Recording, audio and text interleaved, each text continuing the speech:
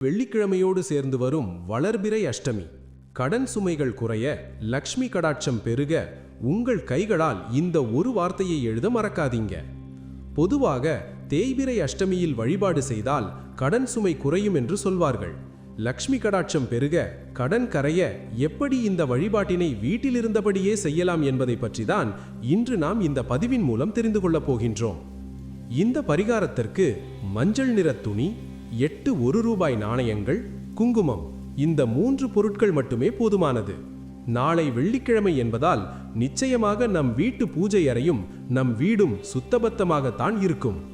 காலையில் இந்த வழிபாட்டினை செய்ய வேண்டும் என்று நினைப்பவர்கள் காலை 9 மணிக்கு முன்பாக பூஜையை நிறைவு செய்திருக்க வேண்டும்.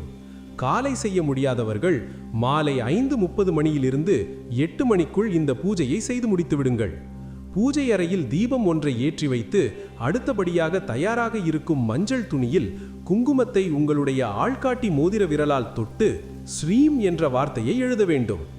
அடுத்தபடியாக அஷ்டலக்ஷ்மிகளையும் ஒவ்வொன்றாக உச்சரித்து தயாராக இருக்கும் 1 ரூபாய் நாணயங்களை மஞ்சள் நிற துணியில் ஸ்ரீம் என்ற வார்த்தைகளுக்கு மேல் வைத்துவிட வேண்டும். இப்போது அஷ்டலக்ஷ்மிகளும் உங்களுடைய வீட்டு பூஜை அறையில் வந்து அமர்ந்து விட்டார்கள். உங்களுடைய வேண்டுதல்களை அவர்களிடம் வைக்க வேண்டும். அந்த 1 ரூபாய் நாணயத்தை ஸ்ரீம் என்ற வார்த்தையை சுற்றி வட்ட வடிவமாகவும் அடுக்கி வைத்துக் கொள்ளலாம். பணம் சம்பந்தப்பட்ட, மனம் சம்பந்தப்பட்ட எந்த பிரச்சனையாக இருந்தாலும் பூஜை அறையில் 5 நிமிடங்கள் அமர்ந்து கண்களை மூடி மனதார பிரார்த்தனை செய்து கொள்ளுங்கள்.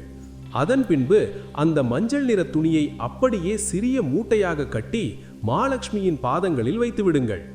வெள்ளிக்கிழமை முழுவதும் அந்த முடிச்சு அப்படியே உங்கள் வீட்டு பூஜை அறையில் இருக்கட்டும். இறுதியாக தீப தூப ஆராதனை செய்து பூஜையை நிறைவு செய்து கொள்ளலாம்.